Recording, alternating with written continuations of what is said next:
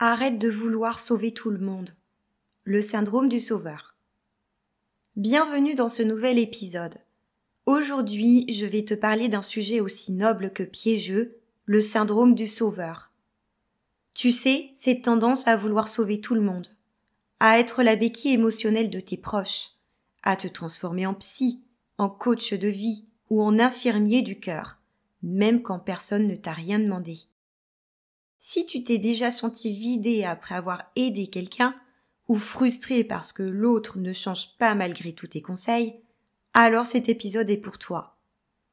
Et promis, on va parler de tout ça sans se juger, avec un peu d'humour comme d'habitude, beaucoup de clarté, et surtout des solutions concrètes pour t'en libérer sans perdre ta belle empathie.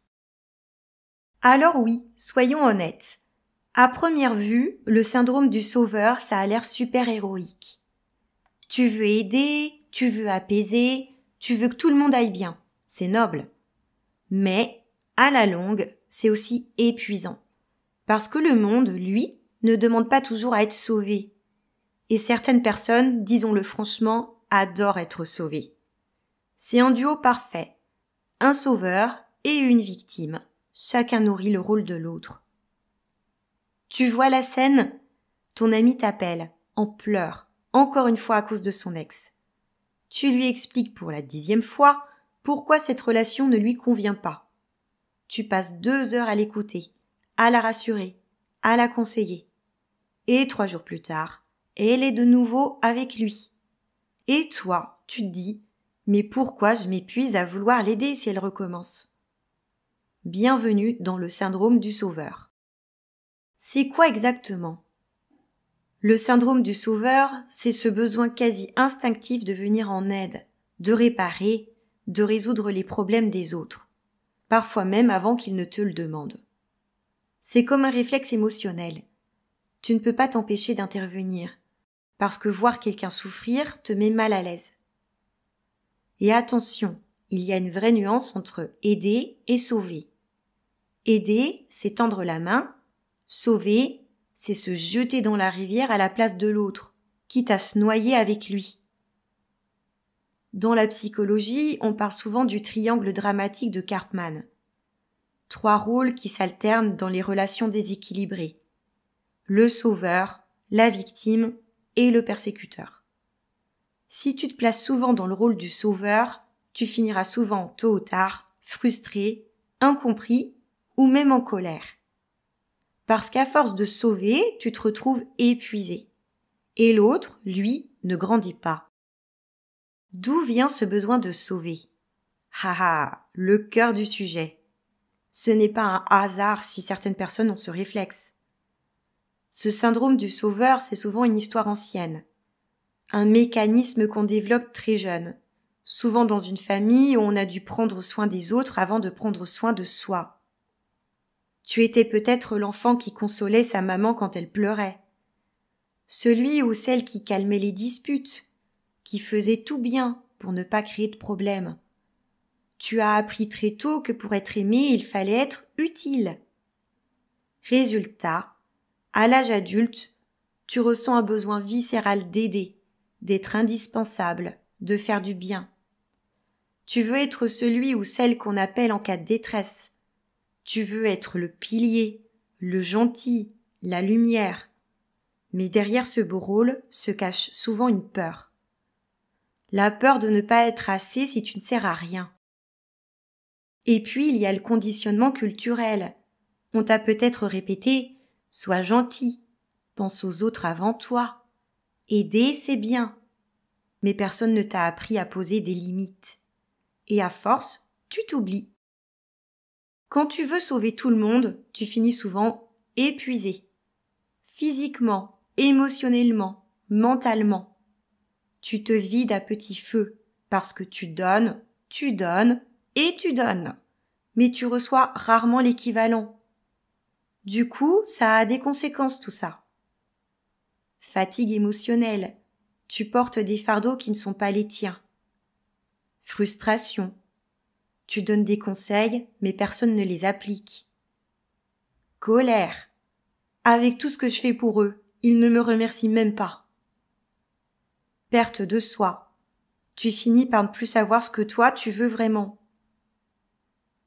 Et souvent, la boucle se referme. Plus tu aides, plus tu attires des personnes qui ont besoin d'aide. Résultat, tu t'entoures inconsciemment de gens à sauver. Et ton identité entière devient celle du réparateur émotionnel. Petit exemple de vie quotidienne.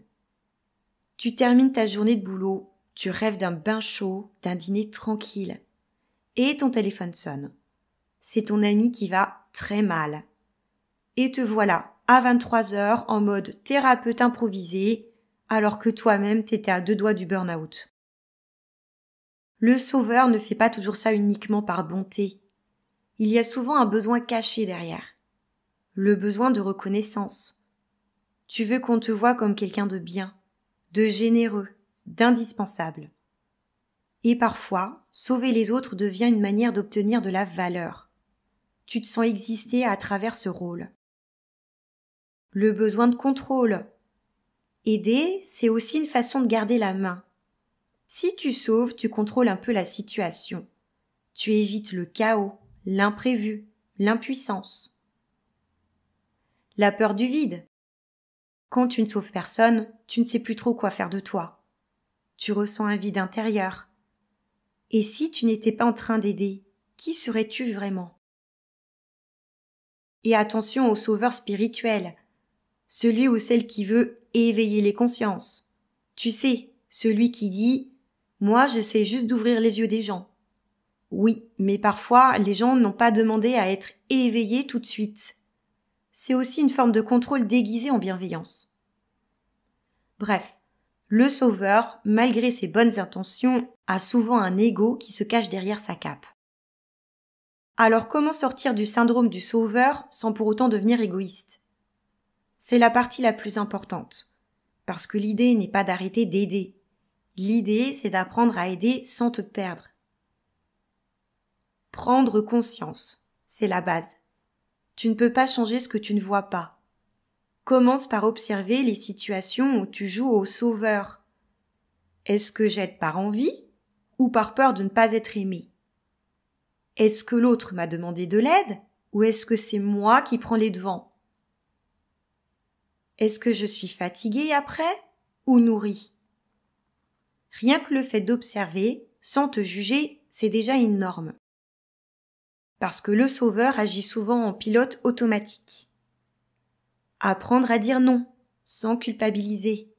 Ah, le mot magique, non, le cauchemar du sauveur. Mais dire non, ce n'est pas être méchant, c'est reconnaître que tu as aussi tes limites.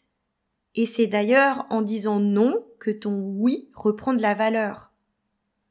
Tu peux dire par exemple « J'aimerais t'aider, mais je ne suis pas disponible ce soir. » Je comprends que ce soit difficile, mais je te fais confiance, tu vas trouver une solution. Je t'écoute, mais je ne peux pas porter ça à ta place. Le but n'est pas de fuir l'autre, mais de poser une frontière saine. Parce que la compassion sans limite devient autodestruction. Et puis, il faut laisser les autres vivre leurs expériences. Ça, c'est l'étape du lâcher-prise. Tu dois accepter que tu ne peux pas sauver quelqu'un qui ne veut pas se sauver lui-même. Tu peux éclairer le chemin, mais tu ne peux pas marcher à la place de l'autre. Et parfois, le plus grand acte d'amour, c'est justement de laisser l'autre se confronter à ses propres leçons. Voici un exemple concret. Tu fais toujours les devoirs à la place de ton enfant. Résultat, il n'apprend jamais. Tu règles toujours les problèmes de ton ami. Résultat, il ne se responsabilise pas. Aimer, ce n'est pas faire à la place de l'autre, c'est faire confiance à sa capacité de se relever. Il faut soigner la racine, ton besoin d'exister à travers les autres. C'est probablement la clé la plus profonde. Tant que tu crois que ta valeur dépend de ce que tu fais pour les autres, tu resteras prisonnier de ce rôle. Tu dois réapprendre à exister même quand tu ne sauves personne. À te sentir utile même quand tu es tranquille, sans mission, sans drame à réparer. Pose-toi cette question. Qui suis-je quand je n'aide personne? peut-être que tu découvriras une part de toi que tu avais oubliée. Celle qui aime juste être, sans devoir prouver quoi que ce soit. Et ça, c'est profondément libérateur. Tu n'as pas besoin d'arrêter d'aimer, tu peux juste le faire autrement. En conscience, en douceur, avec des limites. Tu peux écouter sans conseiller. Soutenir sans t'épuiser. Inspirer sans vouloir convaincre. Tu deviens alors une présence inspirante, pas un réparateur compulsif.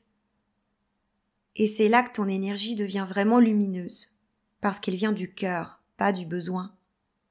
Tu n'es pas Superman, Superwoman. Tu n'as pas signé un contrat avec l'univers pour sauver tous les cœurs brisés de la planète.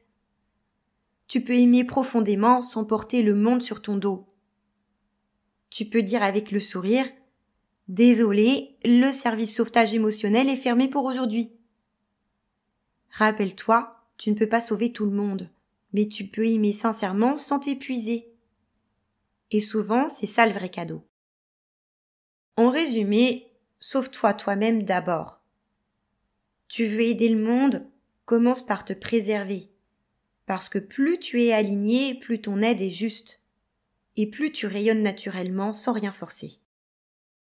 Tu n'as pas besoin d'être parfait, ni d'être le rock de tout le monde. Tu as juste besoin d'être vrai, présent et bien dans ton énergie. Le monde a déjà assez de héros fatigués. Ce dont il a vraiment besoin, c'est de cœurs équilibrés. En conclusion, tu n'as pas besoin de sauver le monde pour être quelqu'un de bien. Tu peux être un être profondément bon sans porter la misère du monde sur ton dos. Tu peux aimer, écouter, inspirer sans t'épuiser. Tu peux être une lumière, pas une bougie qui se consume pour éclairer les autres. Alors la prochaine fois que tu sentiras ton réflexe de sauveur se réveiller, respire, souris et dis-toi « Je fais confiance à la vie des autres, comme je fais confiance à la mienne. » Et là, tu verras, tu sauveras peut-être moins de gens, mais tu continueras d'aimer beaucoup et en prenant soin de toi. Merci d'avoir partagé ce moment de paix et de connaissance. Si ce podcast t'a parlé, un petit like me ferait super plaisir. N'hésite pas à t'abonner pour ne rien rater des prochains épisodes. À très bientôt pour une nouvelle exploration intérieure.